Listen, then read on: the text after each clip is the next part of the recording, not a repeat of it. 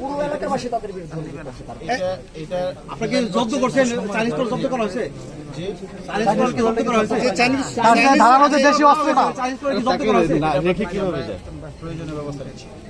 কোয়ালটা কি জব্দ করা হয়েছে? আর আপনাদের যারা আপনারা আছেন আমি অনুরোধ করবো আপনারা সবাই যার যার মতো দায়িত্ব আপনাদের দায়িত্ব আপনারা পালন করেছেন। আমি আমার বক্তব্য দিয়েছি, আপনারা আমাদের কাজ করতে দেবেন। সবশেষে একটা প্রশ্ন ছিল, তাকে গ্রেপ্তার করা হবে কিনা? উক্ত যে অস্ত্রটা পাওয়া গেছে দেশীয় অস্ত্র চাইনিজ টোল, ওই অস্ত্র আইনে তাকে গ্রেপ্তার দেখানো হবে কিনা?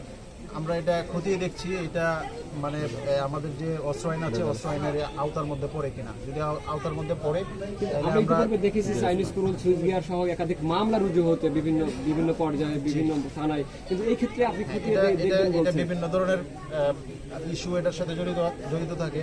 আসামের পিসিপিআর জড়িত থাকে, তারপরে তার কর্মকাণ্ড জড়িত থাকে। এই সব কিছু মিলে তার ওই কোন জায়গায় আমরা অস্ত্রটা পেলাম, এটা অনেক কিছু এটার সাথে সংশ্লিষ্ট থাকে।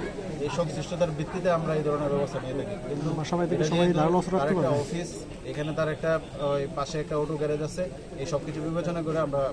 তাহলে কি সাধারণ মানুষ তাদের নিরাপত্তার স্বার্থে এভাবে অস্ত্র রাখতে পারবে, যেটা আপনি বললেন? দিয়েছে, ঠিক আছে জি। ওনার বিরুদ্ধে পুরো আইন এক জিনিস, আপনি কোন সাধারণ